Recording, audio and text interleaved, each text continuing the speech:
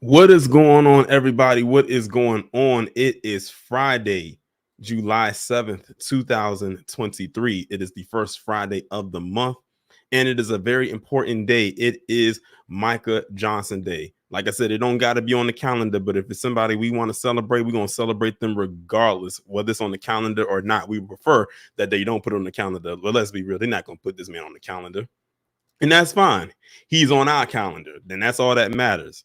But shout out to everybody who was in here so far. It's a lot of people in here so far. It's a lot of people that's in here right now. It's almost 200, and we haven't even gotten started yet. I was just playing music to get, to lighten the mood like I usually do every single Friday here on the Taurean Rain Reloaded channel. Make sure if you haven't done so already to go ahead and like and share the stream out on your various social media platforms. I would greatly appreciate it. But before we actually go ahead and get into it, let me acknowledge as many people as I possibly can, because there's a lot of people in here. Red Harlow, Curly Girl, Winnie Wall, Val Williams, DSB, Angela Adams, Sybil, Jay Bird, Terrence Jackson, Carla Lockert, Mama Mysterious, Pearly Battle, 007 Spidey 2, Val Williams, Mohako, RY, Danielle Meyer, Chosen One Indeed, DJ Specs, David O. B First Is. Let's see who else we got in here. Kenneth Higgins, Queen Jet Black, Emma Crawford, Cyberdine 100. Let's see, I'm trying not to repeat any names. Young Nine, Stardust Spirit of the Most High, Chris G, FBA Rigger All Black, DSM Sinister, Joseph Washington, Reps, Jesse Paris, aka Shay. And shout out to Cyberdine for kicking off the super chats of the day. I definitely appreciate it. Jay Bird, daughter of the great I Am, so on and so forth. Like I said, it's an endless list. It's like y'all are just flooding in right now. Pinky JYB, Rashawn Graham. And speaking of Rashawn Graham, shout out to you for the $20 super chat. I greatly appreciate it as well. And B1, and shout out to everybody else who is in the chat right now. So, as many of y'all know who follow me and subscribe to my channel, I posted up something on the community tab yesterday saying that I will be doing this live stream today with a special guest. Now, at first, I was going to let it be a surprise. I wasn't going to tell anybody that they were going to come on today, but I said, let me go ahead and put it out there so people can get, excited for it, because the person who I have on today, and shout out to Janesta for the super chat. She says another great collab with Taurean Rain Reloaded and the beautiful Lisa Cabrera. We greatly appreciate it. The person that I have on with me today is someone who has been with me since the beginning. Back to my Taurean Rain channel, the original channel that I had on here before, where y'all know what happened. For those of y'all who's been around that long, know how that goes. Back to when I was getting, when I had the email set up to have stories sent to me to talk about on my channel. And as many of y'all know, Lisa was one of the ones who was sending me endless amounts of stories. Like, she sent me so many, and I will always shout her out, and people will always ask, who is Lisa Cabrera? Who is she? Who is she? And one day I emailed her when she sent me a story, and I told her, I said, Lisa, have you ever thought about doing your own content? Have you ever thought about doing your own videos? And she said, no. And I said, I think you should, because you send a lot of stories, and a lot of people are now getting to know who you are because of me shouting you out. And I said, I think you should start your own channel. And she did. And now this woman is currently sitting at like 140 plus thousand subscribers. That is amazing, considering the type of content that she puts out there, because it's not seen as popular. It's not seen as trendy. But I'm glad that she actually, took heed to what I said and put it out there, because now she has gained a massive following. People know who she is. And she's definitely a wonderful person, a very kind-hearted person, very dedicated to what she does and putting out the content that people definitely want to hear and want to know about. So, without further ado, first off, before I actually bring this person up, I feel like y'all need to put some roses in the chat, because give this woman her flowers. Put some rose emojis or some flower emojis in this chat before I bring this woman up here, because she needs to feel the energy. She needs to feel as much energy as I'm giving out right now, big upping her. She needs to feel that from the chat. So I want y'all to put some roses and some flower emojis in this chat, because this woman most definitely deserves it. That's what I'm liking. I'm seeing like a bouquet of roses just popping up right now in this chat. For sure. That's how it's supposed to be. But with that being said, I'm about to bring up the wonderful, incomparable Miss Lisa Cabrera. How you doing, Taurean? I am doing well. How are you doing? Okay. Look, I hope a lot of people come. I'm also streaming to your channel, I and see. you might see my people in there with the little copy sign above the YouTube logo. Yeah, I see it. Yeah, those are my people joining in. I So see that. And I'm shout out glad. to your audience as well. The more the merrier. Most definitely. Because a lot of people that, we kind of some in some aspects we kind of share subscribers. So a Yes. lot of the people that watch me watch you and vice versa. Mm-hmm. Most Yeah, definitely. absolutely. And y'all have seen me over the years, and I'm glad to see all of you here. Yeah, my channel has grown a lot. I don't get that Mhm. many views though, Yeah. but yeah, I have to tell you why. Me and a group of people got litigation against YouTube, so it's kind of retaliation. I know Yeah. what's going on, Hmm. but I just keep right on pressing on. I don't let it bother me. Exactly. That's all you can do. Like, listen, we we know we have a love-hate relationship with this platform, and that Don't. goes back a couple years. So we already know. We Mm, this is nothing new to us. yeah, But yeah, yeah. I'm glad that you were able to come on because a lot of people don't know. I actually had reached out to Lisa to do a live stream collab a couple weeks ago, but something that happened, and I'm not gonna go into the detail of it, and she wasn't able to come on. And she said, just keep me in mind whenever you can do the next one. And I said, okay, this would be the perfect one because what we're gonna talk about today, because it's a plethora of topics, lines right up with what we talk about on our channels all the time. As a matter of fact, some of the stories that we're going to talk about today, many people already may know about. Some of them you don't know about. But what I find to be very interesting, though, is a lot of the stories that I'm talking about today all happened within the month of June, with it the exception of a couple. And I have a feeling a lot of the ones that happened in June, many people don't even know about. I'm talking about these were like stories that came out like 2 or 3 weeks ago. Yeah. Shout out Mhm. to Joseph Washington for the super chat. He said $5 super chat. He says family reunion. Appreciate it. But yeah, I strategically titled this stream today examining the privileged class and the perverted class. And the irony of it all is that the demographics can fit into both of these classes that we're talking about today. It's kind of Mhm. crazy when you think about it because they can some of them can go almost hand in hand. Shout out to YGL TB1 for the 1999 super chat. He said the 2-for-1 broadcast special, well worth it. I'm glad that you are here. Shout out to everybody that's here right now. But without further ado, we are going to kick things off with the first story. Let me go ahead and share the screen. I have so many tabs open. I got to make sure I'm clicking the right one. So the first one we're going to talk about is this story that came out of Lubbock, Texas, Mhm. where you had 24 people who were arrested for a human trafficking sting in central Lubbock. Now, as you can see, the picture is like right here. I wish I could enlarge it. It's a mixture of array of people of different backgrounds. You got PC, you got black people, you got men and women all mixed up in this. So it's like a feast going of debauchery and degeneracy just flowing through this. Lisa, have you heard about this story? No, I have not heard about that, but we've had human trafficking ring quite a few in my Yes. state. Hmm. So, you know what? These things are more common than uncommon. Most definitely, for Mhm. sure. But yeah, this one says that the Lubbock Police Department announced on Wednesday that 24 people were arrested in a 2-day human trafficking operation in central Lubbock. The operation resulted in 13 felony arrests for solicitation, prostitution, 8 arrests for misdemeanor prostitution, and 2 for possession of marijuana. Police said a female was identified as a possible victim and publicly not named. And this is the Lubbock Police Department Special Operations Division, in conjunction with the Lubbock County Sheriff's Office and Lubbock Fire Rescue, conducted the operation on June 19th and 20th. The operation resulted in 13 felony arrests for solicitation of prostitution, 8 arrests for misdemeanor prostitution, and 2 for possession of marijuana.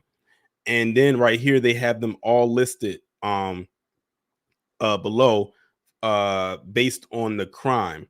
One of them is a solicit. They have their names and the crime in which they've been charged with.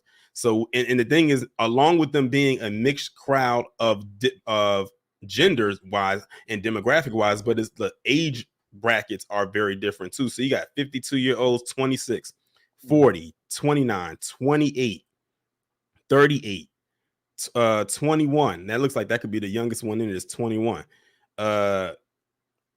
26. So the age ranges are varied. I'm not going to read all the names, but it's a lot of them. Like I said, it's 24. It's 24 names. I wonder how long that's been going on before they got busted. Because usually these things will go on for quite some time. Yeah. Oh yeah. Go in there and get these folks. It looks like it was a lot of sex trafficking. Yeah, like they said, it was like this. It was human trafficking. So they, like I said, they got them on prostitution, solicitation, possession of drugs. So it was a myriad of things that they got them on. And usually when it comes to these type of cases, whenever they're doing an investigation, they can go on for months. Yes, because they have to build an investigation up, or so they can get the more that the investigation lasts, the more they can get them on. So the article doesn't state how long this investigation was going on, but I'm willing to bet it was going on longer than a month. Yeah. Now I know there was one that happened in my state a few years ago, and they had trafficked like hundreds of people. Yeah, they were only able to recover like 2 people. That was it. The rest of them, I don't think they could. They didn't know where they were. They probably tried to head for the border. Yeah, usually especially children, they'll move them around a lot. That's why it's very hard for them to catch up to the victims or try to recover them. Yeah. And you know what's so crazy is the last time I think I did a video talking about a big sting like this, or maybe it wasn't the last one, but it was a few ago. It was in Florida, and it was like one of those ones that involved Disney, like the Disney employees, where they were like trafficking kids and whatnot. I said that's crazy, and I said that's like slim, that's like right for the picking right there, because they're literally right there amongst a bunch of children. Like they probably had a field day with that. Exactly. And can you imagine they're seeing kids on the regular? Oh yeah, yes, definitely. It's like there's no endless flow of children coming in that park. Exactly. Thousands a day, and right now this is a huge vacation period. So the summertime was perfect for them to do what they did. Yeah, we went in 2000. And I remember we went Christmas time. Now you would think a lot of people would be home celebrating that time. It was packed Christmas time. I can believe it, because you got to think the weather is a little bit more tame at that time. Because I remember going to Florida ironically in 2000, but I didn't go to Disney World. I went to Universal Studios and Islands of Adventure, and it was in June. I'm gonna just put it like this: I will never go to Florida again in that month, because it is so hot down there. Like the humidity is unbearable. But yeah, I remember going down with my family for a week in June back in 2000, and that's where we went, and it was so unbelievably hot. But yeah, that's why a lot of people go at that particular time you go, because the weather is a little bit more better. It's nowhere near as hot. And anyone will probably tell you that if you plan on making a trip to like Disney World or Orlando, whatever the case may be, go like in the fall, winter months, because they're open all year. So definitely go during those times. And you can go, because we went, and you can go from Disney. We went from Disney to SeaWorld. Okay. You can go, the shuttle will take you to different parks if you want to go somewhere else. Yeah. And they'll bring you back to your hotel. That's why it was nice to have a shuttle. And right. Because you're gonna do a lot of walking. Like you're gonna do a lot of walking when you go to those parks, because those parks are not small. So be prepared to like really put your leg muscles to work. But yeah. Oh yeah, that is the truth. But when we went, it was in the 70s. It was December in the 70s. We were like, I think 1.5 miles from Disney. Yeah. And the shuttle would just come by the hotel, and we would just get on the shuttle and just go right in and just walk around all day and then get on the shuttle and come back. Right. So it did make it convenient, you know? Mm-hmm. But yeah, Florida, it was nice and all that. And I got tons of relatives down there. Mm-hmm. But man, I could never live there. I I, couldn't that's, either. that's one state I could never live in. I couldn't either. Mm-mm. Before we go on to the next story, let me give a shout out to TD Hip Hop Media and Jay the Informant for hitting the super chat. I definitely appreciate it. So our first story, as you can see, dealt with the perverted class. Now, this one actually is what I was saying, a combination of the both. And I'm sure you've heard about this. This is a story I think you talked about.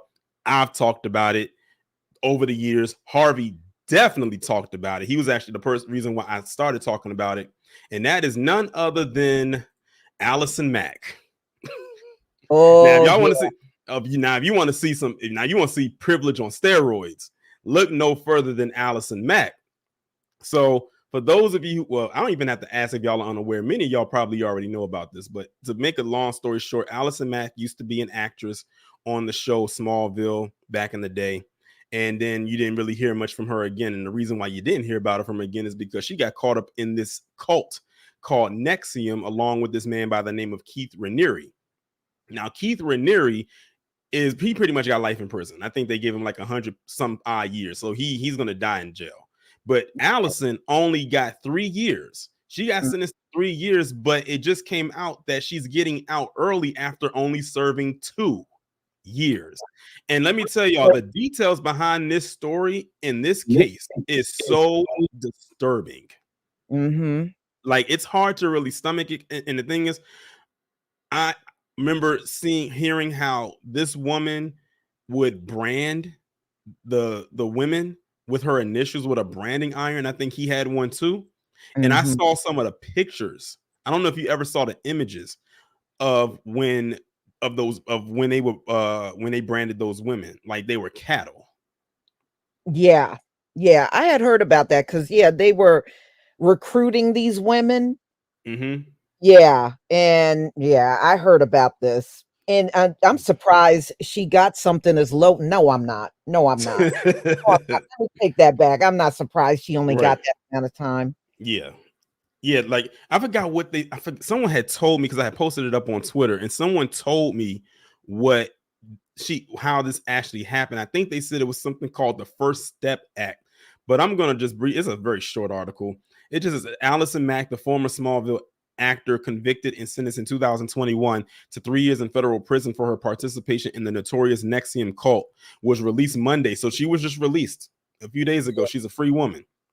Is that she's been handed a 36-month sentence by a federal judge on racketeering conspiracy charges related to her role in the cult, which prosecutors had described as recruiting and grooming women to be used as sexual partners by NXIVM leader Keith Raniere. The former Smallville actor pleaded guilty in 2019 to the racketeering and conspiracy charges, receiving a relatively short prison sentence for assisting prosecutors in the case against Raniere, who in 2020 was sentenced to 120 years in prison on charges related to sex trafficking. Right. And that's the whole article right there. This article is about as short as her prison stint. Mm-hmm. That's something. It's funny also too, you didn't really hear anybody from Me Too talk about this. I mean, nothing related to it at all, whether it be her, Keith Raniere, or the cult as a whole. Right, but Me Too only turn up on black men. Of course. True. They only turn up on black men. If it's anyone else, you don't hear a peep out of them. Exactly. But yeah, that's that privilege and perverted society working in tandem with each other when it comes to Allison Mack. And a lot of people didn't even know who Allison Mack was unless they watched the show Smallville. And then again, this is one of those stories that was swept under the rug. Like you very rarely heard about it. Like I said, Harvey was the first person that I heard talk about this, and it made me look into it, which got me invested into talking about it and following it. But yeah, it was a very sick story. Like if they ever did a movie about this, I wonder how much detail will they go into this that we don't know about, because I think we only know really surface level things. We don't know too much, but how deep will they actually go into this? Well, hopefully, maybe it'll crop up on Netflix. You know how Right. Netflix is always doing those documentaries? Oh, that would be a good one, much like they did with the Dahmer one, like make it a mini series, like a 10-part thing. Yeah. Yeah. Now that So was good. Now, I mean, Dahmer was gross, but I have to tell you, I enjoyed that. The documentary, the movie they did on yeah, him. yeah, I Oh, did. I watched it too, and I good. had did a live stream, like going over the different episodes. It was a hard watch. Like It sure was. that was very hard to watch. But episode 10 was the payoff. Mhm. Episode 10 was the payoff. Man, that part that the woman that lived next door and she kept calling the cops and they just Yeah. wouldn't do nothing. I don't know how she hung in there. I don't think I could have. Right. I don't But think yeah. I could have hung in there like that. Let's see. Before we go to the next story, I think we got another super chat. Shout out again to Jay the Informant for the $2 super chat. He's a Taurean. And Lisa, was she working for Andrew Tate? I don't think she was working with Andrew Tate. Yeah, this is pre Andrew Tate. Okay, the NXIVM cult was around years before we knew who Andrew Tate was. So yeah, I doubt that she was working with Andrew Tate. She probably even know who that is. But yeah. Allison Mack, Operation Protect the White Woman in full massive effect. But let's go on to the next story. Now, this next person, this wasn't originally a story that I had lined up, but someone had posted it up on my timeline as I was getting all the tabs together to talk about these stories. But this is someone who I dedicated a whole playlist to because I wanted to stay on top of their story as much as I possibly could. Now, I'm glad this is happening because now we can share it with the audience in real time, and that's none other than Brett Favre, aka the Welfare King. All right. So, as everybody knows, I've been following the Brett Favre situation for like the last maybe year and a half, almost 2 years now, even back when it wasn't publicized. Like I had told people when the stuff started to come out about him and people really knew about it, I wasn't so shocked about it or jumping out about it because I said, this sounds so familiar because was I the only one that heard that he was doing something funny with this money down in Mississippi or not? And apparently I felt like I was, but then it got public and all this stuff started to come out. But this is a recent update with Brett Favre. It was actually posted today, so it's fresh, hot off the press, where it says Brett Favre claims he won't invoke the Fifth Amendment in the civil case regarding the Mississippi welfare funds. Now, just based off of that and what you knowing so far, Lisa, what do you think about that? First of all, he's been spending the greater year, I would say, trying to get himself out of the whole thing. Like he shouldn't be part of this case. He wants to be off it. I was like, how do you get out of it when you directly took the money? If anything, I still say there should be charges on him. You mean the privilege is working? Yes. It's just working splendidly for him because they're not even putting any charge. They're putting the charges on anybody but him. Yeah, on everybody around him. It kind of reminds me of Dan Snyder up there in Michigan with the water situation where they put the charges on everybody around him but him, even though he's like the central figure for while all of that was happening. Like they're doing the same thing here with Brett Favre. They're putting everything on around people around him except him.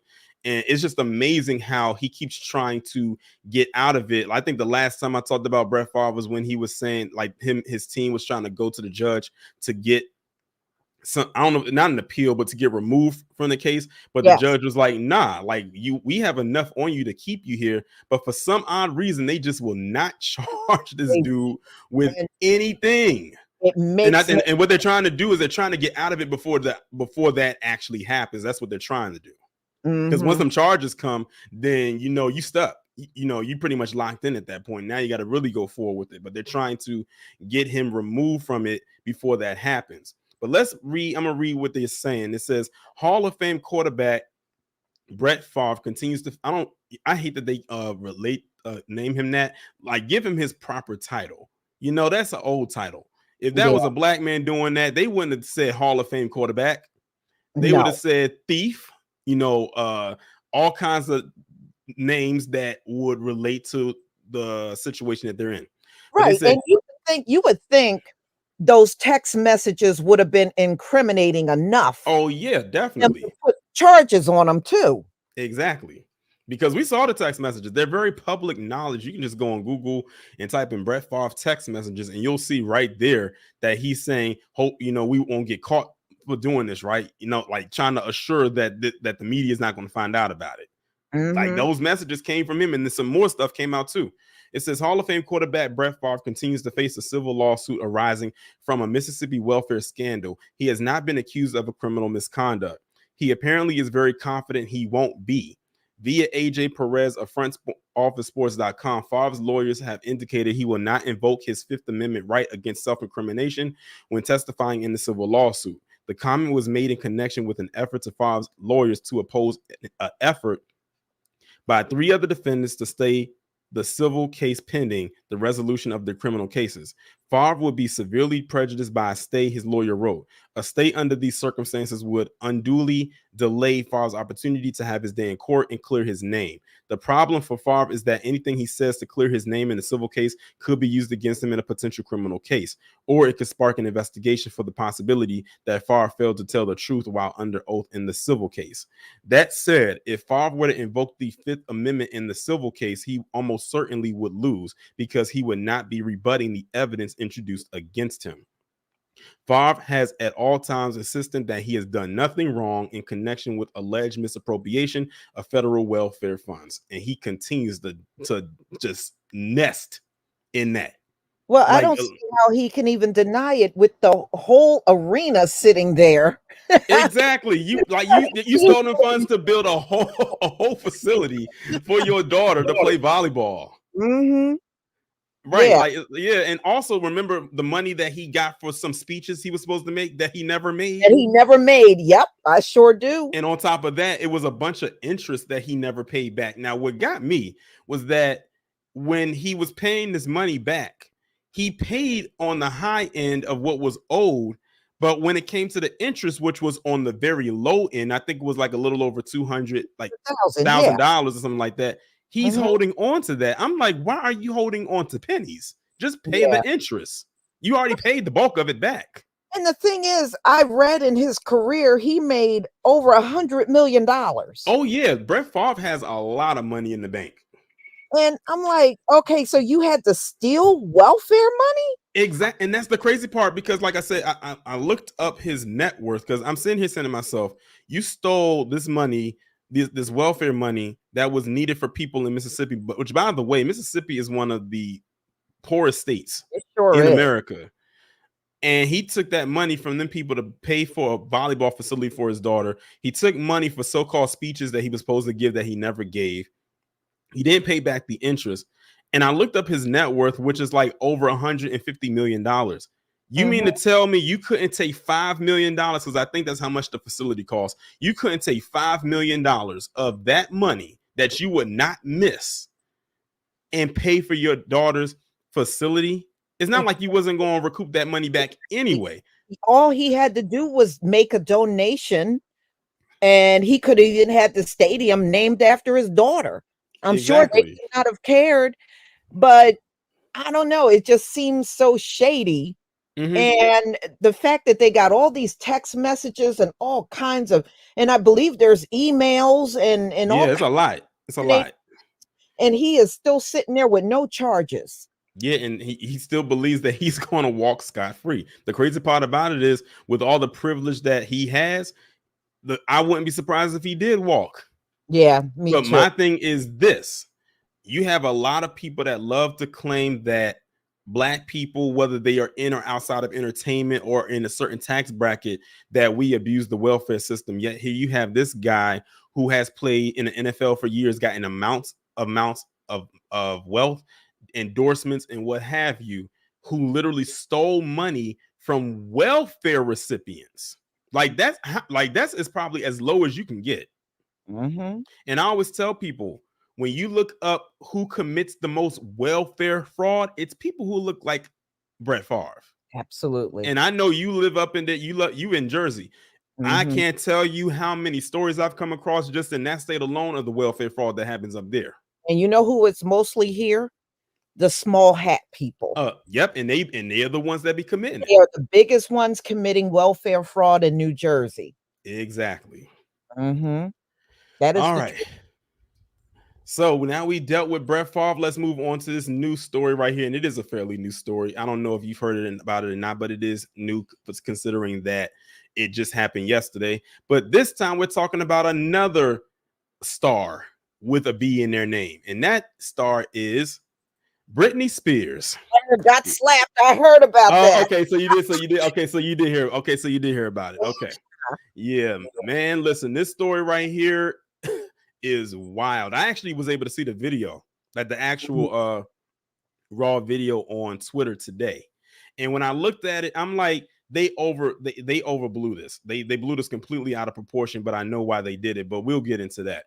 So Mhm. this is from page 6. It says Britney Spears slapped in the face by NBA star Victor Wembanyama's security files. Police reports. Now, when I first saw this, I knew where the spin was going to happen. They were going to try to say, "Oh, he did it and whatnot." I said, I know the spin is coming. Now, in case Lisa, you never seen this guy before, he's tall. Like Mhm. this guy, he's 19, by the way.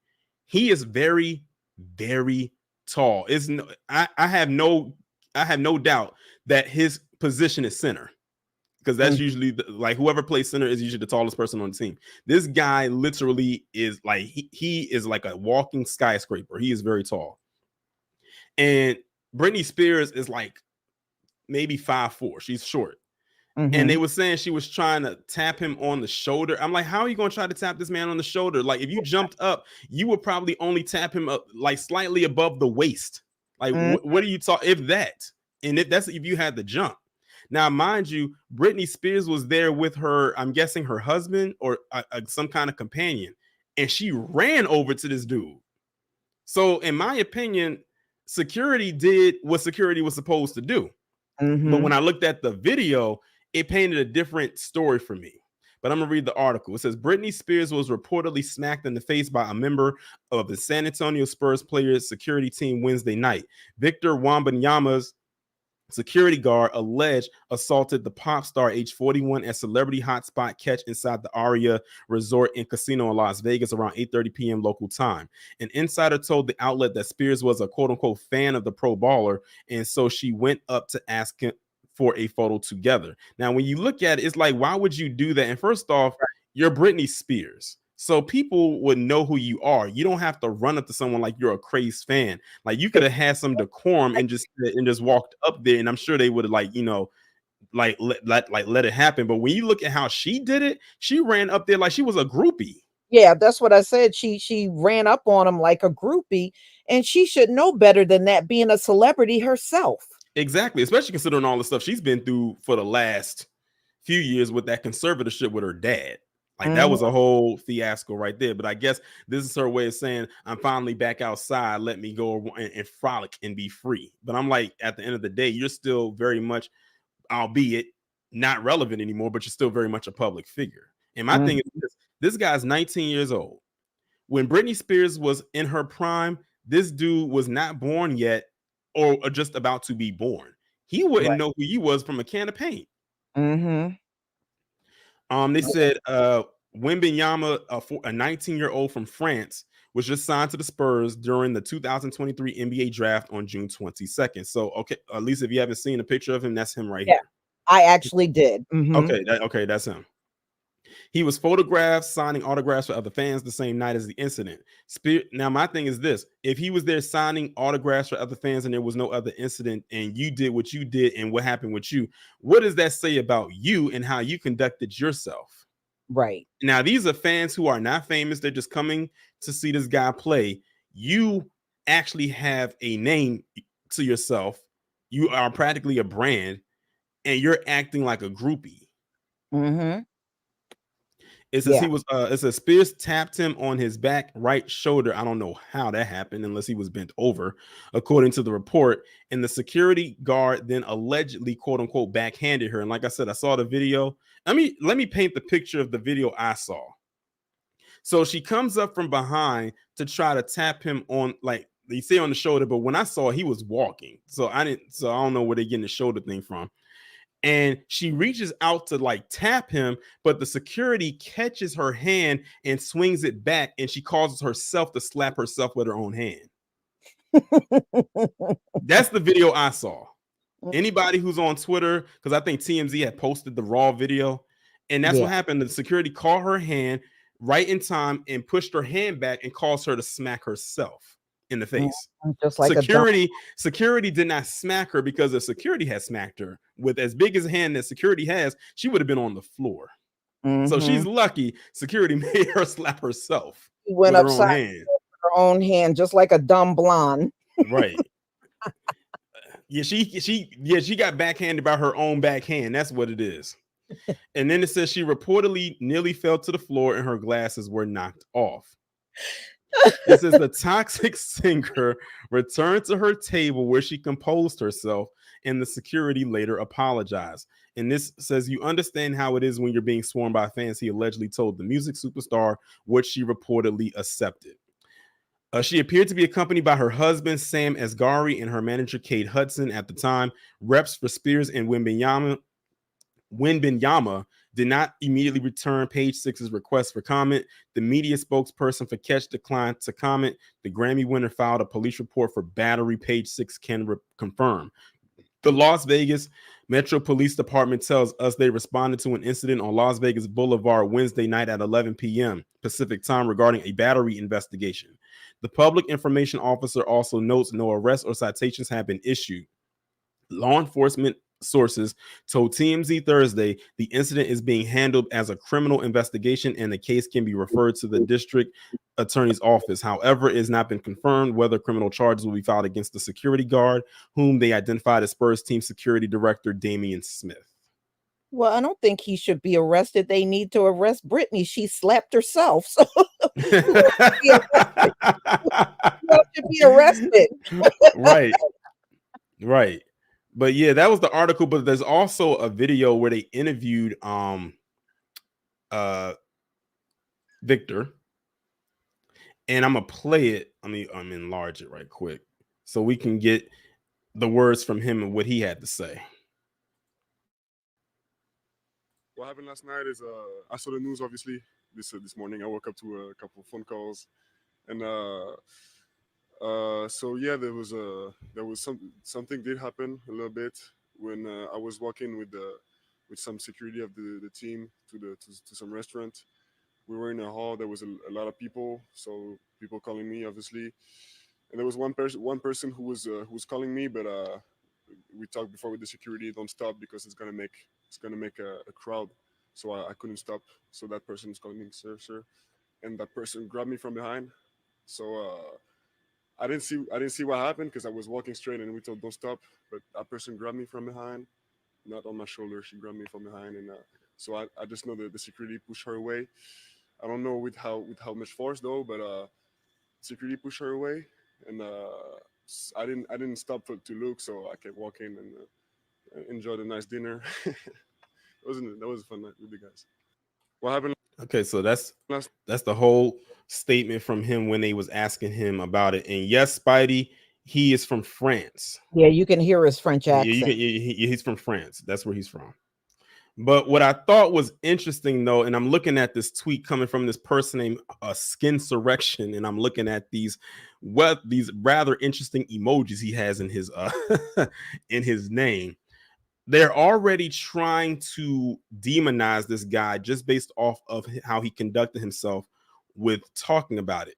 So this guy, Harvey at Skin Surrection, said, under no circumstances should this man be laughing at what his security officer did to Britney Spears. First off, that's not his security. That's the team security. If it wasn't him, it would have been another player. He didn't hire them. The San Antonio Spurs hired them. So let's get that straight. He said he needs PR training and to understand the gender dynamics and racial dynamics involved. No, he don't do training. He didn't do anything. He didn't do anything. Exactly. But see, like I said, that's why I said I knew a spin was coming. When I first saw the article that I just read yesterday, I said the spin is coming. They're going to try to put it onto him. And then now they're gonna try to laser in on him. Mind you, he just got here. He's 19. He just got here. I think he's a rookie. He just got here. And already before he plays one NBA game, they're trying to paint a narrative on him. And that's why I keep telling people, to those in the diaspora who are non-FBA, like this guy right here, because he's from France, Dub S doesn't matter where you're located on the planet or where you came from. If they want to go after you, they're going to go after you. Yeah, he got to wake up. He's getting a wake up call very early for something that was out of his control. And he ends it off with saying, good luck with those future endorsements you just effed up. So automatically he's assuming that this guy's not going to get no endorsement deals because of what happened. Probably a Britney Spears fan, most likely. That's definitely. That's what it is. It's a Britney Spears fan. In their eyes, she couldn't do no wrong. And they say, oh, she was under this conservatorship for so long. She was basically on a lockdown from her dad, this, that, and the third. You know, she's under a bunch of stress and this, that, whatever. They'll make a bunch of excuses. Always got an excuse. But to me, as a celebrity, she should know how dangerous it is to approach a person like that. You know, even if you wanted to meet him, that was not the way to do it. Exactly. You know? Exactly. Like I said, he was already talking to other fans and nothing was popping off with them. But here she come running down like a mad woman. I would have stopped her too. Like, you don't know what people's intentions are. Right. And she was running up on this dude. She didn't just walk. She was running. Like she had to catch the bus. There you go. But I think they dropped the charges though, because like they didn't have nothing there. Like what was you going to do? There was nothing to charge him with. He was doing his job. Nah. All right, let's move on to the next story. Now this one, go ahead. I said I would love to see him play. I'm gonna have to watch one of the basketball games. Yeah, he's gonna be playing for the Spurs. So yeah. But let's go on to the next story. Now, this one doesn't involve a celebrity. This is no one famous, but the story nonetheless definitely deserves to be talked about. And this woman by the name of Chantel Shirk. I believe that's her name. Now, just read the headline. And this is from June. This is from almost a month ago. Woman stole car, burned down historic barn, stole another car, then tried to kidnap her own son from her ex-husband. That's a lot going on just in the title. Ooh, that's a lot for Karen.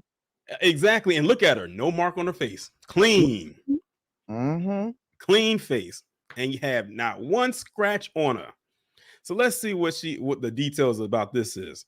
A woman was sentenced to prison for a wild crime spree in which she stole a friend's car, destroyed a century-old barn, stole another vehicle, and tried to kidnap her own son. Chantel Melissa Shirk, age 41, must spend 6 to 12 years behind bars. I'm surprised they actually gave her years and not months. Yeah, right. The chaotic events of November 21st, 2021, a judge ruled Monday. Prosecutors in Cumberland County, Pennsylvania said it all started when she was riding in a friend's vehicle as a passenger in the township of Carlisle. Shirk suddenly yelled for Caitlin to get out of the car and began to act irrational. Caitlin was physically forced out of the car by Shirk, and Shirk drove off with the vehicle. That sounds like something straight out of Grand Theft Auto. The video game Grand Theft Auto. Is that she drove that same car into a barn in Penn Township. Shirk set fire to that structure. The flames swallowed the historic barn, which had been built in the early 1900s. The fire also claimed many bales of hay and the stolen car. Shirk then fled on foot and entered an attached garage without permission, stealing a Jeep Compass from the resident family who was home at the time. The vehicle also contained a victim's wallet, which had the person's identification and credit cards. Well, Karen sure know how to jack some cars, don't she? Right, exactly. Hey, listen. This is going to be another notch on that FBI crime stats under theft in Grand Theft Auto. That's so the number about to go up. Then the defendant drove to her ex-husband's home in Silver Spring Township. There, she tried to kidnap her biological son from his father and stepmother. Shirk smashed a glass door with a baseball bat and partially entered the home. Shirk was yelling that she was there for the child On her way to that house, she had called a family member and told them she planned to kidnap the child. The family member called police in an effort to prevent harm to the child. Shirk fled when police arrived, nearly running over a police officer who attempted to stop her on foot. Now, what they like to talk about is when it comes to resisting. They claim that the reason why we keep getting killed and beaten and all that is because we don't comply. You know, they love saying that to us. We don't comply. Exactly. Again, like I'm telling y'all, this story came out in June of last month, on June 14th. And for many people, this is their first time hearing about it. They did not know the story even existed. But I bet you if Chantel was Chantel, then you probably would have definitely heard about it. It would have been a headliner. Exactly. She kept fleeing and tried to evade capture by using dangerous driving maneuvers, but law enforcement ultimately caught her when state cops managed to stop the vehicle. While in custody, she said that she needed medical treatment, a lie meant to serve as yet another escape attempt. I like how they wrote that. A lie meant to serve as yet another escape attempt. An attempted transport ended in chaos. During the car ride, she attempted to escape the police by jumping through the partition, grabbing the steering wheel, and grabbing a firearm of an officer. She hit the guard, sprayed mace, and caused bodily injury to the guards. Shirk later admitted to the PA State Police that she had lied about needing medical attention in an attempt to escape during the transport. Now look at all that stuff she did just in the car ride. Damn. And she still came out looking like that. Mm-hmm. He was definitely doing the most. Right. It says Shirk ultimately pleaded guilty to burglary, robbery of a motor vehicle, theft by unlawful taking, fleeing or attempting to elude a police officer, criminal mischief, criminal attempt to kidnapping, criminal trespass, and aggravated assault of protected party. Now, arson? She didn't get no arson for burning down that. Right. Good point. Right. She didn't get the arson for burning down the barn. Yeah. Because that arson would have added more years for sure. Prosecutor said she will serve her term in state prison, concurrent to a Dauphin County sentence. Records show she was sentenced to 2 to 4 years for a count of theft by unlawful taking in regard to an incident that happened November 18, 2021. She also pleaded guilty in this matter. So wait a minute. So she committed a crime just a few days before she committed all of this other stuff that she just did. She committed a whole crime 3 days before she did all the stuff that I just read. Wow. Now, this is a menace to society right here. Yes, she is.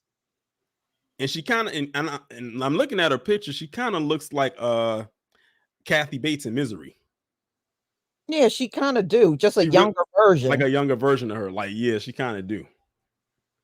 But yeah, this is another, again, Operation Protect the White Woman in full effect. Because again, we could not do an ounce of what she did. She going around just thugging.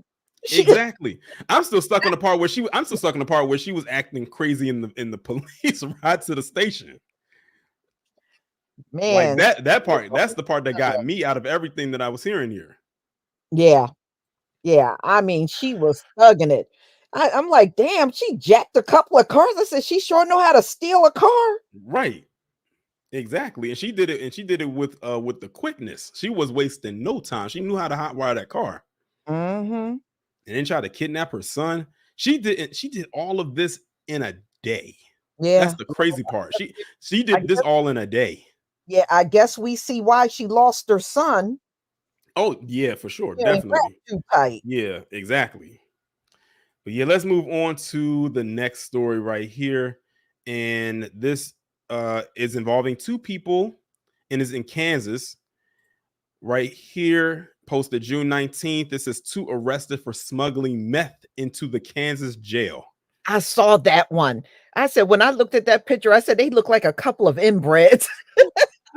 Hey, they might be. You never know. They don't have eyes, right? Right. They may come from the same gene pool. You never know. And their names are Matthew Cooley and Craig Gowdy. It says authorities in central Kansas have arrested 2 people accused of trafficking methamphetamine into a county jail. The Barton County Sheriff's Office said 36-year-old Matthew Cooley and 47-year-old Craig Gowdy were each booked on 1 count of possession of meth with intent to distribute and trafficking contraband into a correctional facility. Sheriff Brian Bellender said his office and jail staff became aware of the plan to smuggle the drug last week. Detectives had identified an individual who was serving weekends to fulfill his sentence, who had been recruited to smuggle contraband into the jail. He was to pass the drugs to other inmates. On Friday, detectives and staff found meth sewn into Gowdy's undergarments when he reported to the jail. Cooley was already jailed for 2 probation violations. The sheriff's office believes there were additional co-conspirators in this case and will be seeking arrest warrants in the very near future. Wow. And this was posted June 19th, 2023. You know, I saw one this morning where some inmate used his bed sheet and he escaped, and they were still, that's the oldest trick in the book. You know, tie the bed sheets together and lower and then climb out. Well, he was able to do it. And the last article I looked, he was still on the run, and I saw it around the time when I saw this article as well. I'm still stuck on the part where they said that they found the meth sewn into the underwear. Yeah, like what in the world? So that's what you was doing inside the prison. That's your little extracurricular activity was sewing, so you could learn how to do that.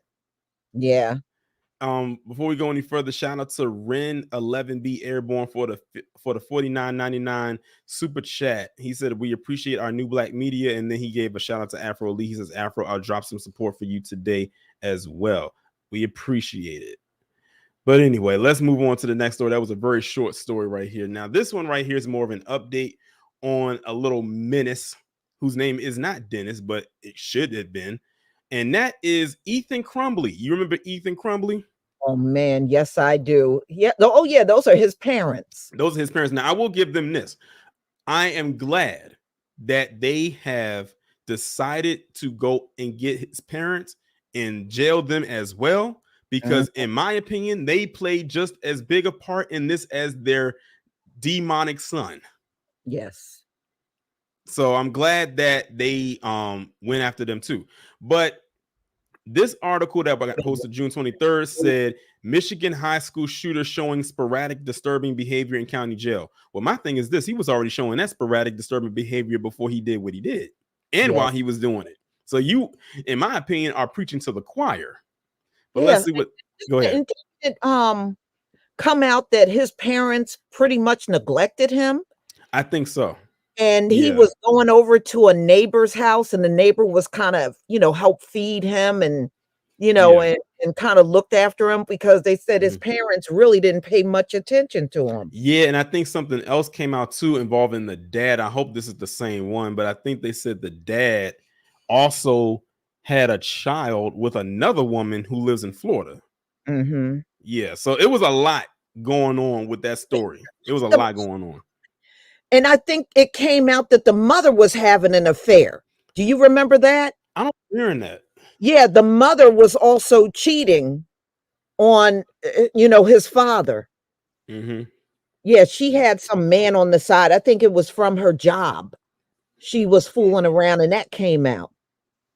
Yeah, some people in the chat said that was confirming it. They said, yeah, that she did have an affair. Yeah, I do remember. But I do remember them saying that he had a child with another woman who lives in Florida. I do remember hearing that.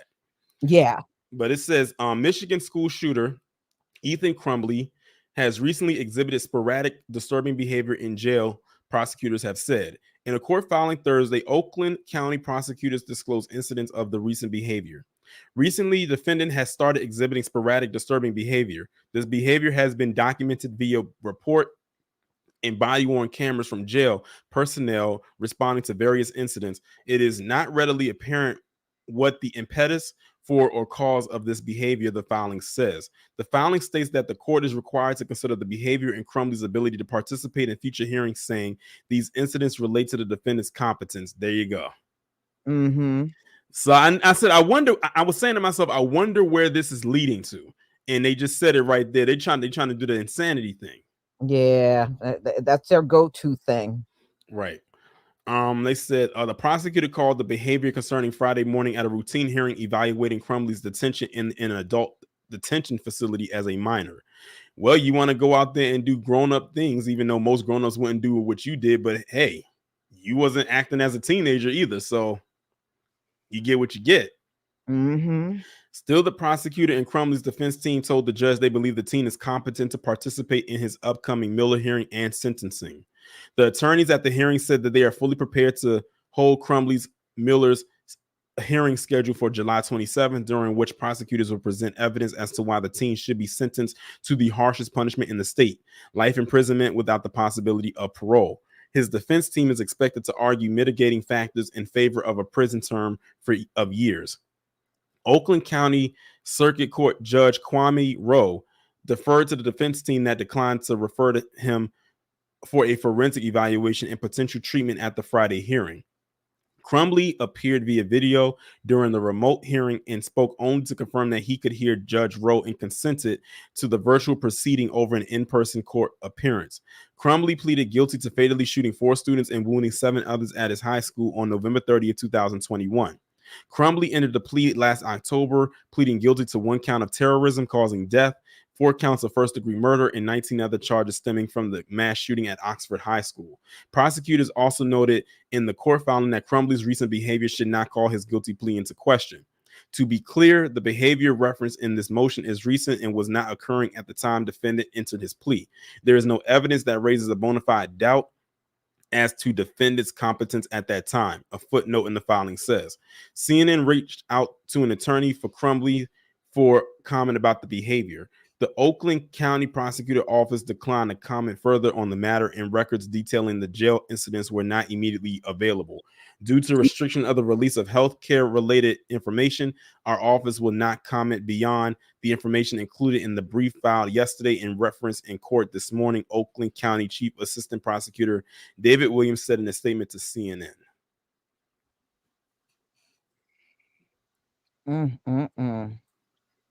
But I also remember another thing about this, that I know his parents cut him off. And don't he have the son, the one that did the shooting? I believe he only could get a public defender. Yeah, I don't think anybody was going to try to take this case. Yeah. Because a lot of people want to take a case that they have a strong feeling that they can win. They're not winning this. This individual is definitely, I can see him definitely getting sentenced to the highest level of sentencing that he can get. Yeah. Usually I'll be on the fence of whether he may walk or not. I don't think that's happening. And they definitely need to get his parents on something as well. They probably won't get the same nearly as much as he's going to get, but yeah, but they knew. Yeah. They knew, because if correct me if I'm wrong, it's been a while since I looked at this story. Wasn't the mother text messaging him saying, don't do it, don't do it? I think so. Yeah. You know, and they were saying that the school was trying to get the parents to come up. Yeah, exactly. They were trying to, and they never went. Yeah. It's a lot. Like I said, it's a lot going on. It's a lot of neglect. For sure, definitely. Like these, it's no good person in this situation. His parents are horrible. He's horrible. He committed a horrible act, a horrific one. So yeah. And I remember also when I did this story, the neighbor was saying that these two would go out to the bar and would be gone for hours, and the kid would be in the house on his own. That's why he would go next door, because he said nobody was there cooking food for him, so the neighbor would end up giving him food. Yeah, like I said, now we're seeing where it's stemming from. Yeah, and when they came home, both of them used to be drunk. Yeah. You know? So, yeah, it's a lot of neglect there. Yeah, that's messed up on that part. But at the end of the day, he still took lives, and they're not going to overlook that just on the fact, not just on the fact that his parents was neglecting them. So, right. But it just means that his parents is trash. Exactly. They just trash people. Right. And on top of that, he took white children's lives. So no, that definitely plays a huge part in it as well, for sure. Definitely. Yeah, he ain't getting out of that one. All right, so we're gonna move on to the next story, and I hope after this year we don't have to hear about this person again. But since they want to still keep themselves in the news, we're gonna talk about Ezra Miller. Oh, yeah. Didn't the Flash flop? If there's a word above, if there's a word that can go beneath flop, I think that's probably where it is, because this movie did horrible. But like I told people, I had no intentions of seeing it. I didn't see it. I don't plan on watching it. And the thing is, I have Max, which used to be HBO Max. When it does drop on there, I'm not watching it. So, I'm not entertaining it, but I will entertain the fact that it was an epic failure. I will entertain that. But the reason why we talking about Ezra Miller today is because the harassment order was lifted against him recently. Now he wants to speak out because now he can talk. Now he's saying that he was unjustly targeted by a manipulative individual. No, you weren't. How the hell did that happen? Exactly. It's not like your dirt wasn't public. Right. We all saw it. We really kind of saw it all play out in real time. Mm-hmm. But let's see what he's talking about here.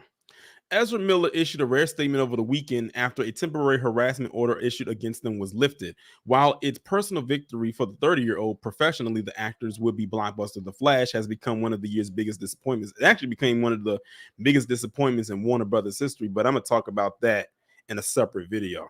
This is putting the future of Miller's portrayal of Barry Allen in doubt. Well, I don't know why he would think that he would still be playing this role. First off, after this, he shouldn't be being hired by any studio to do any role for whatever movie, show it is. He's proven that he's box office poison. Yeah, but he's gonna crop up in something else. Since last year, Miller was accused of acting inappropriately around a woman and her 12-year-old child. The court granted the family a harassment prevention order on Friday. A judge ruled that the order, originally set to expire July 1st, was lifted. I'm encouraged by today's outcome and very grateful at this moment to everyone who has stood by me and sought to ensure this egregious misuses of the protective order system was halted, Miller wrote on social media. Protective orders are meant to provide safety for individuals, families, and children who are in danger, the actor continued. They are not meant to be used as weapons by those seeking attention or fleeting tabloid fame or some sort of personal vengeance when there are people in dire need of these services. Miller, who is non-binary, said they have been unjustly and directly targeted by an individual who the facts have shown has a history of such manipulative and destructive actions. The Daily Beast reported in June 2022 that a mother in Massachusetts took out a protective order for her child. She claimed Miller pestered the non-binary minor with compliments and accused the Justice League star of acting erratically. Miller did not publicly address the situation at the time, but a lawyer for the actor refuted the allegations and claimed Miller was never alone with the child and never acted with the child outside of two brief encounters which occurred in the presence of several other adults. I implore those members of the media who have recklessly spread false claims and failed to accurately report the truth and context of the story to hold themselves to a higher standard and take the time to find the facts rather than chasing the clicks, Miller continued in Saturday's statement. On a personal note, I want everyone to know that I am continuing to do my best to preserve my own wellness and what I can to reverse the collateral damage this ordeal has brought upon me and those close to me. Miller concluded by thanking his fans for support. The news comes 3 weeks after The Flash arrived in theaters with a thud, and the trend continued over the weekend. The DC flick fell to number 8 in its third weekend of release, raking in only $5 million. It's a massive 67% drop from last week. The film has grossed $245 million worldwide and is on track to lose money for Warner Brothers, $200 million to be exact. Prior to The Flash's lackluster debut, director Andy Muschietti said that Miller would not be recast in any potential sequels. He doesn't need to be cast in anything, sequel or not. He needs to be blackballed. They need to just not hire him for anything. He said, I don't think there's anyone that can play that character as well as they did. The director said on the Discourse podcast. I can think of the actor from the show. A lot of people were saying that the actor from the CW show should have been the one to play the Flash even before they cast Ezra Miller to do the Justice League back in 2017. But, you know, I have a feeling if they would have just did that, the movie would have performed so much better. Mrs. Miller did no press for highly anticipated superhero film aside from attending the world premiere amid their ongoing legal and personal troubles. A sequel for the film has yet to be announced. It doesn't need one based on them numbers, but Variety reported the studio has already has a finished script. Yeah, and you know, a lot of people were upset about, you know, him doing the Flash, and he did not get any of the backlash that Jonathan Majors got. Exactly. And Jonathan Majors, what he did is mild compared to Ezra Miller. Oh yeah. And also too, if you remember when he was in, was it Hawaii? I think it was Hawaii when he had threw that chair. I think he was at like the karaoke bar or something like that, and he had threw a chair at the woman up there because apparently she was singing a song he didn't like or something like that. That happened the same week that when Will Smith slapped Chris Rock at the Oscars. It happened that same week, but that situation at the Oscars overshadowed that. But the situation with Ezra Miller, it was there, but it could not compete in the media against that because that's all they kept talking about. But I remember that because it happened the same week. As a matter of fact, I think it happened maybe either the next day or 2 days later. It wasn't like it was all the way at the end of the week. It was fairly early, still early on in the beginning of the week because the Oscars was on that Sunday, and I believe what he did was that Tuesday. Okay. So, but yeah, a lot of people don't even remember that, but I remember that he threw a chair at this woman, and I think he also had, while also in that same breath, I think he had broke into someone's room or something like that. So all the backlash that Ezra Miller is getting, it's a like a big ball of controversy. It's not just one thing; it's a plethora of things. Yeah, and you know, and the thing is, if he was a brother, they would have been had him in jail. Right, and guess what? You wouldn't have been able to use your quote unquote non-binary status. But like I told people, Ezra Miller has the Trinity on his side. He's a part of the Academy. He's PC, and he's part of them folks. Yeah, he got the triangle on his side. That's why he's able to flourish, so to speak. Before we go to the next story, shout out to Winnie Wall for the 199 super chat. He's a Miller is a weirdo. Majors is a straight black man. There you go. And I did a video on Jonathan Majors today, like with the recent stuff coming about him. They try to, because they was talking about, there's a possibility that they'll arrest the ex-girlfriend. Now they're trying to say that, he had this behavior that was going back nearly a decade when he was at Yale. And I'm sitting here thinking to myself, he was on Lovecraft Country in 2018 because that's when the show came out. He was in Lovecraft Country nearly a decade ago, which means that would have been about 4 years prior to that. And you didn't say nothing then? Right. Yeah. Okay. If you say so. But anyway, let's move on to the next story. And this one right here, this story is all too familiar with us because we've seen this happen before. But I figured let me just go ahead and talk about it. But this is coming out of Georgia, and the headline says, Georgia police use black man's photo for target practice. Yes, I did a video on this one. Yes. I remember it was back, I think it was in Florida years ago. You probably remember this. It was in Florida where this black woman had went to the gun range. And she was, they let you pick your targets and whatnot. And she said she was shooting at, looking at the targets. And she said, wait a minute, one of these targets looks familiar. And it turns out that the target that people were shooting at, or one of the ones that was available, was of her brother. Wow. I remember that. Yeah. And I think her brother was locked up. So I think they used his mugshot. And she immediately alerted the authorities and that turned into a story. But I remember that. She was probably shocked out of her mind when she saw that. I would be too. Yeah. And This is not unusual. I've seen these stories before where they have a black target that they shoot at the range. Mm-hmm. And and then when you read the story, it's almost like an insult to Right. everybody's intelligence, because they said, well, we do have other ones of different people of races, but all Mm-hmm. they had posted on Facebook were all of that black target. It was nothing Exactly. else. Mm-hmm. And you look at the optics of it all, and they said it's the Georgia police, and they were using a black man as the target. And then when you think about all the stories where a lot of these cops kill unarmed black men, it Mhm. makes you wonder, were they shooting at targets of black men when they Yeah. was inside the range? So they Mhm. literally are laser focused of who to target in real life. Because Right. shooting at a paper, that's nothing. The paper has no life. It's not breathing. It can't bleed. It can't die. But then you go out into the field, into the street, and then that's when you're dealing with real life. Right. Right. And they always want to label us as the criminals, but when you look at the FBI statistics, it says otherwise. It Mhm. really does. Right. It says they are the biggest ones committing the crimes, but they have somehow got out here and convinced everybody that it's all us. And then when Mhm. you look at all the unarmed shootings, because for a while they were on social media saying, "Oh, well, we get shot by the cops more than you." And then when the videos kept coming out and we kept consistently seeing primarily black men, you notice they don't say that anymore. Right. We're on that And big at and one point in time.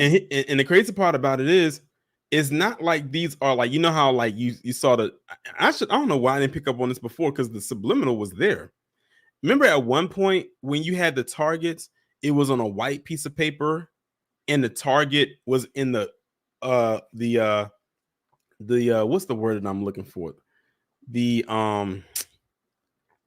oh, I forgot what it's called, but anyway, it was on a white piece of paper, and the outline of it would be of a man, but the color would be all black, and you would Yeah, have the like the targets silhouette. going in. I said that they was telling you something then, Yeah, because when was yeah, the last time you saw a target with a black background and a white male outline? never, never, And then never. when I'm looking at, it right here, this is Tareen, an actual man. when I seen that in a Uh-huh. movie, in a movie, one time Okay. I was watching a movie and they had, it was Police Academy and they had white targets.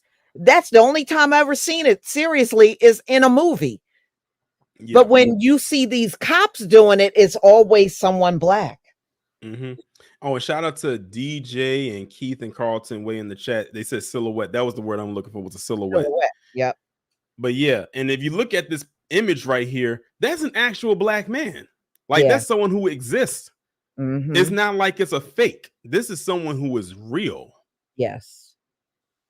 So Yeah. the crazy part about it is, what if he doesn't even know his picture is being used? More than That's likely. scary, because what if they was like, what if they just said, oh, if they just need, if there was a story going out, then they just needed to go and look after, or just go after a black man. Boom, then you got it. You got him in a target, and then you got him in real life. Yeah. And if he's an inmate, he would never know. Exactly. And Probably would. I'm looking at this picture, and that's definitely not a mugshot. Mm-hmm. But yeah, Yeah. I mean, chances are, whoever he is, he probably has no idea. most likely, definitely. He probably didn't even live in the state. Mm-hmm. And Let's just move on. think, they're selling that. Oh They're yeah. selling it because they said in the article that the police department purchased these different Oh images. yeah. Mhm. And they said they have them of people of other races, but the problem is all the ones they had posted online was this black man. Right. Because And you just see all they're literally telling you who they're literally telling you who the target is. right. Exactly. Let's go on to the next story. Now, this one is fairly recent. It's a July story coming out of, what state is this?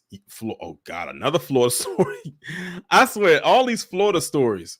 But we have this individual right here. Now, this is a Operation Protect the White Boy in full effect, whose name is Jalen Kittna. College football quarterback takes plea deal in CP case that doesn't require him to register as a sex offender. Although he is really one. Exactly. He's really a sex offender, but he don't have to register as one. Like, that's the scary part right there, because the thing is, this story can get easily swept under the rug. You may never see his face again. He could just be wandering around and you'll never know who he is, and you'll never know that this guy was in possession of CP, and because they didn't put him on the sex offenders list because he took a plea deal. Let's see what they're talking about. The former backup quarterback for the University of Florida pleaded guilty on Wednesday to disorderly conduct charges in exchange for prosecutors dropping the CP charges against him, according to the Orlando Sentinel. Jalen Kittna won't have to register as a sex offender because he did not admit to a sex crime, even though he committed one. Right. Even though he committed one. 8th Judicial Circuit Judge Susan Miller Jones reportedly sentenced him to separate 6-month terms of probation for each of the second-degree misdemeanor counts of disorderly conduct. The court will release him from the second set of probation if he follows the terms of the plea agreement. In court, Kittna, the son of retired NFL quarterback John Kittna, so we got a legacy here. Okay. Yes, and that's all starting to come together. Voiced an apology to his family, friends, and people who care about him. The valuable lessons that I've learned through this whole deal have been very helpful, he reportedly said. I'm looking forward to applying those things and moving forward. My hope is that we never cross paths again, Miller Jones told Jalen Kittna in court. Go do something great with the rest of your life. I mean, I guess, like I said, you got to look out for the future, you know? Isn't that what Whitney said in the song Greatest Love of All? But you know, I'm sure she wasn't talking about this though. Hell no, but that only gets said to white folks in court. They don't say that to us. They don't tell us you got a future, or oh, you're a good kid, you just made a mistake. They never say that about our children. Remember the black guy out there, what state was that? Was it Kansas? The one who was the black guy at the party where they tried to say that he had assaulted this white girl. Yes. But that wasn't the case. Like they said there was no penetration. They barely even touched. But then they tried to say he did this and that third, and they just slapped him with all these years. Yeah, he got out though.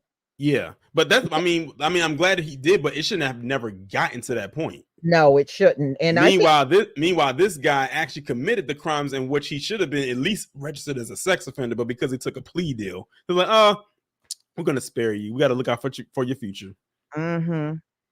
Yeah, and the thing is, he's suing them now. Good. He has every right to do so, and I hope he wins.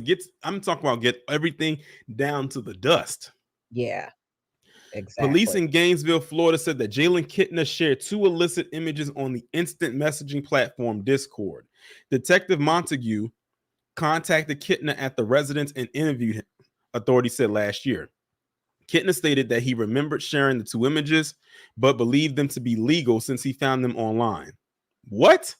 You knew these were children? Yeah. What kind of excuse? And shout out to YG LTB1 for the super chat. He said, let's add another category under the acronym PC, the protected class. Right. Appreciate the super chat. He said Kittna advised that he realized he should not have shared those 2 images based on the reaction from the other Discord users that he shared them with. Kittna advised shortly after that his Discord account was deactivated and that he assumed someone reported him to Discord. Kittna stated that he received an email from Discord stating that his account was deactivated due to the violation of terms of service. My thing is this: why would you think that that was the right thing to do? Yeah. My thing is, where in the world did you go to even find those images? Because he had to go search it. So he had to go like type something in and pull that up and just put it in there, because Discord doesn't work where you type something in and a bunch of images pop up. He had to go and find them from somewhere and then come back and copy and paste it into the Discord chat. Probably somewhere on a dark web somewhere. I wouldn't be surprised. Investigators seized Kittna's electronic devices for the search warrant. They said they found 3 more illicit images. Those are pictures of post-pubescent girls, said Derry Lloyd, chief investigator for the state attorney's office in the Sentinel report. Investigators could not reach a conclusion about a 4th girl. The behavior of a 19-year-old looking at another teenager is not abnormal behavior, he said. If there was a sex act involved, then you have criminal behavior. This was an image. What? Wow. This is what his attorney said. The chief investigator. That's what he said. I want the people in the chat to marinate on what I just read. They said the behavior of a 19-year-old looking at another teenager is not abnormal behavior. My thing is this. He wasn't just looking at a teenager. He was looking at explicit images of them. Right. It's amazing how they left that part out. Trust me, he's going to do this again. He's going to do it again. Oh, definitely. I wouldn't be surprised. It says if there was a sex act involved, then you have criminal behavior. Well, here's the thing. When you share images like that, that is basically a sex act. Right. I guess they never heard of the term sexting before. But the thing is, this wasn't a thing with him sharing images of himself with a person who's of age. He went and pulled and retrieved these images of these young girls and posted them in the Discord chat and still had other images in his phone. Who knows what he was doing with those images? Right. I mean, I have an idea, but I'm not going to say it on here. Now, they all just going to have to use your imagination. It's very sick. Investigators did not discover any more evidence on his computer and mobile devices. A psychiatric evaluation found there to be nothing deviant about his behavior. It's not like he was collecting images. He had 4 images in his phone. What? Yeah. I don't know what's worse. The act in which this guy, what he did, or this prosecutor trying to sit here and insult our intelligence. And, you know, it's when they do something, it's always something different. Right. It's always something different. Right. He said he wasn't collecting images. He had 4 of them. They made it seem like they only found 1. Mm-hmm. They found 4. Kittna's attorney called the plea deal the right result. What we've got here today is a result that's fair and the right result. Kittna's attorney, Ron Kozlowski, there's a ski, you know what that means. Mm-hmm. Told the Sentinel after the verdict, obviously the state agrees and we feel good about that. This is going to give Jalen an opportunity to move on to the next step, whatever that is.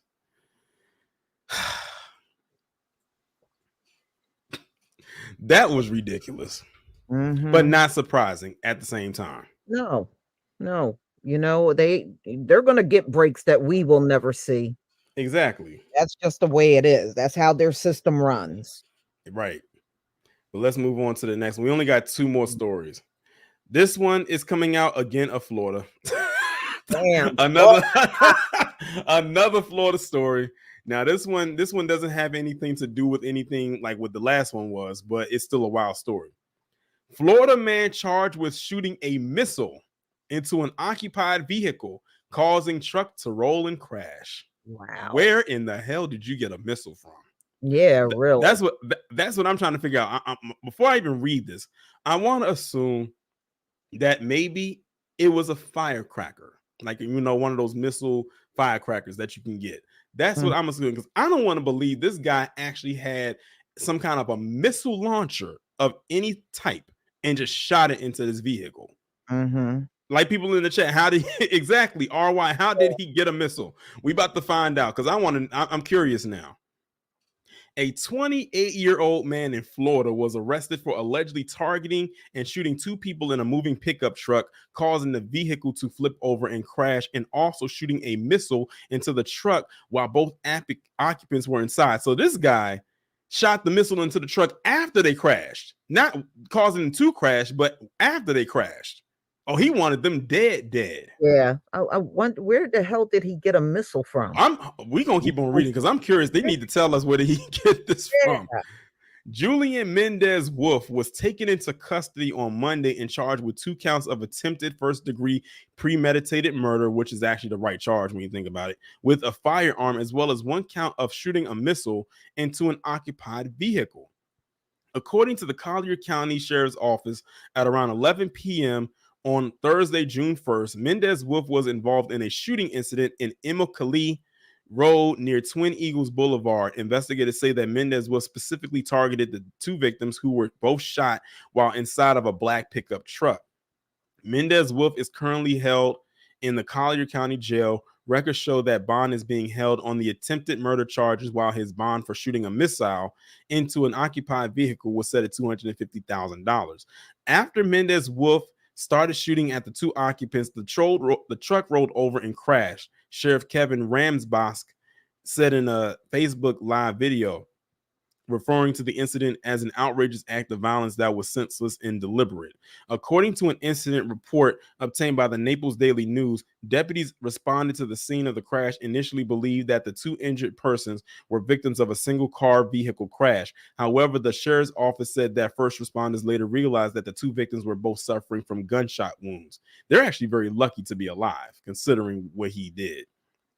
The overturned car reportedly left the victims trapped inside the vehicle, and both were only removed after rescue teams used belt cutters to free them. They were both transported via airlift to Gulf Coast Medical Center in Fort Myers.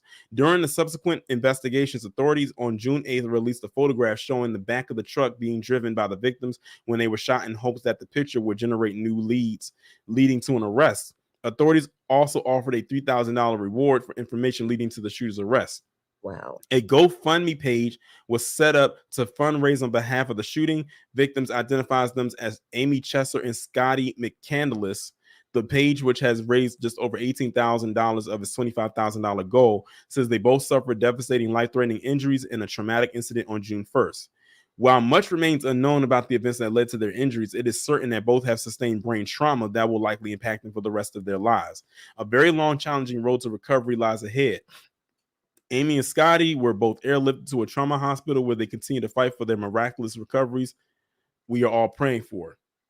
The sheriff's office did not immediately respond to a message from Law and Crime seeking additional details on the weapon and ammunition investigators were referring to when they say Mendez-Wolf shot a missile into the vehicle being driven by the victims. The warrant issued for his arrest states that he did unlawfully, wantonly, or maliciously shoot a bullet or projectile from a firearm within or into a vehicle. Mendez-Wolf has an arraignment scheduled for July 17th. He has not yet entered a plea, and it is unclear if he has retained an attorney. So we don't know where he got the missile from. Don't know where he got it from, and I'm curious now. They probably gonna go ahead. Wondering what their beef was about. Because it's not like he targeted everybody. He targeted them. That was very personal. Mm-hmm. Yeah, like the fact that he shot into this car, they crashed, and then he went over and shot a missile projectile to the car while it's already flipped over means he wanted them dead. And I bet you it was probably another one of them road rage things. I keep telling people, PC, especially that PC man, has some of the worst road rage ever. Yeah, like it usually always ends very violently. Like they just it can't be a thing where, oh, you might have gotten tapped or something like that. You gotta go and follow this person and basically stalk them, shoot at them and whatnot, and do all this other stuff. It was a story that just recently happened where this guy got into a road rage thing with this black woman. Literally, it was so bad. This guy literally, like, she pulled over into like a gas station parking lot, ran into the store. He ran into the store behind her with the gun out. It was about to commit a whole shootout in the store trying to get this woman because of alleged, I don't know what it was. I think it was something about a red light or something like that. I gotta tell you, they have some of the worst road rage. Yeah, they do. They do. And I mean, I did a couple of stories on it.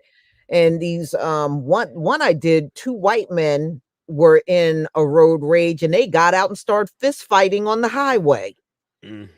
Yeah. I can believe it. I mean, it's crazy out here. Okay, we are approaching our last story, and we got to continue it off with Florida. We got to continue it off with Florida. Now, this story right here, I think everybody is aware of. I've talked about it. You talked about it. Harvey, I know he talked about it. People in the chat know about it. And that is the story with Susan Lorenz. Yes. Yeah. I didn't get an opportunity to do an update separate video on it. So I said, let me just go ahead and throw it in here. So this woman, they say there is insufficient evidence to charge her with murder of a G.K. Owens, even though there's a lot of history there and evidence to show that this woman intended to murder her. Mm-hmm. Would you like to give your take on it? Because I think you spoke about it. I believe she did too, because just before the shooting, she was out there bothering them kids again. And I think she threw a skate at one of them, and she took their tablet. And when the kids went to her house to try to get it back, she swung at them with an umbrella. So, no, I mean, and what better way to lure the mother over there if you got the tablet? Yeah, she's going to come over there and get the tablet for her children. But the thing that gets me is they interviewed some of the neighbors, and there is not one neighbor I heard one good thing about this woman. It seemed like she was a menace to everybody. Right. That lived up and down that street. And some of the people were saying they didn't even know what her name was because everybody called her Karen. Wasn't that what the kids called her? That's no, apparently the kids and the adults were calling her that. Yeah, I had heard something like they said the kids were calling her that too, and that's what really sparked this whole thing off, which led to this woman's murder. Some nerve. She was out there calling them kids the N-word. Yeah, I heard that too. And kids don't just call you Karen. You had a pattern of being nasty. Right. And no, she got a lot of nerve. You out there calling them kids slaves and N-words and everything else, but if they call you Karen, you gonna shoot somebody? Yeah, that just reminds me of when I did that video on Matt Walsh back in May when he was trying to say that they are trying to make the word Karen a racial slur against white women. I said, Matt, go sit your ass down somewhere. But instead of them charging her with murder like they should have, they decided to charge her with manslaughter with a firearm and assault. Exactly. Which is like low totem pole right there. Like that's that one you get right before they have a chance to say, we'll snatch it away and just give you probation. Right. So if she does do any time, and that's a very big if, we're talking months to maybe a year or two, and that's about it. Shout out to Keith Evans for the super chat. He says, great job, guys. I'm so proud of our black media. Says we got to keep supporting them socially and financially. Y'all are my news. I appreciate it. And shout out to you for watching, definitely. But yeah, I'm not surprised that this is the outcome. They're going to try to get this woman off, but something tells me she won't be able to move back to that neighborhood because now all eyes are really going to be on her. She made herself a target. And I think the landlord evicted her. As they should have. And honestly, they probably should have been got rid of her. They should have, especially if she was so much of a problem to that neighborhood. They should have gotten her out of there. But yeah, she got a $154,000 bond, but she can't make bonds. She don't have any money. Oh, that sounds like a her problem. And I bet you, and I'm sure that I don't know if she said it like if there's a GoFundMe or anything set up like that, but hopefully there isn't. But if there is, hopefully it's struggling to get any type of contributions. I haven't heard of one so far. Good, there should be one. Surprised, if one of her own try to get her out. Right. But yeah, that was the last story of the day. Lisa, do you have anything else that you would like to contribute? Well, I want to thank you for having me over here. It's been a long time. I know it has been. A lot of people, like for those of you who don't understand the chat, this is not the first time Lisa has been on the channel, but it just has been a while. Yeah. And I said, let me go ahead and bring her on for these stories today. I definitely couldn't handle all of these by myself. You know what? What did you think about when that stuff came out about Susan Lorick telling those children that was her property? And she put trespassing signs on that little spot of land the kids were playing on. And that was not her property. And it came out she don't even own any land. Yeah, she's living outside. She's living outside of her own head. Yeah, I guess that goes with being a colonizer. You think you Exactly. own everything. Exactly. Yeah, well, shout out to YGLTB1. He says, with them, it's always the benefit of the doubt. However, with us, we get the doubt of innocence. Exactly. And I appreciate it. And also, shout out to Val Williams for the $5 super chat. But yeah, that's pretty much it. That's pretty much all we have. Tell the people, Lisa, first off, if they don't know where to find you, I don't know where they've been at, but just go ahead and plug your channel anyway. I'm Lisa Cabrera. I'll put the link to my channel, but most of you know how to find me. Right. And the thing is, I tagged you in the title, so they can just click on that and it'll take you right over to their channel. And shout out to Carla for the $5 super chat. But definitely, I'm glad that Lisa, that you was able to come on today to discuss these topics with me. It definitely will not be the last time for sure. Yes. Like I said, we always got something to talk about. Definitely. Mm-hmm. I have my current events this coming Sunday at 7 p.m. Eastern time. So y'all can chime in. Definitely. And on StreamYard, you can now tie into my live stream and stream it from your channel. Right. I know all about that. I was going to tell you to do that on yours, but you had already had it set up. Like as soon as I pressed that live, but like you was already about to connect it, so I didn't have to tell you. But yeah, because it was a lot of people over here today. But shout out to everybody who came through. Shout out to everybody who hit the super chat, which was quite a few of you. Shout out to anybody who subscribed either to my channel, if you haven't been subscribed to my channel, or subscribed to Alicia's channel if you've never been subscribed to her channel as well. But we are about to get out of here. Y'all enjoy the rest of your Friday. Enjoy the rest of your weekend. Of course, I will be uploading my it'll be a 12 noon Eastern Standard Time video tomorrow. I'm finally uploading my take on that submersible. I know I'm like 2 weeks late behind it, but when you're doing one video a day, that's what ends up happening. But I have a very interesting take on it that I didn't really see anybody talk about. That just kind of rubbed me the wrong way concerning that situation. But with that being said, we about to be out of here again. One last super sticker came through. 1,000. I think that's on your end, Lisa, but shout out to you nonetheless. With that being said, y'all be safe and be one. Thank you. Be one, everyone.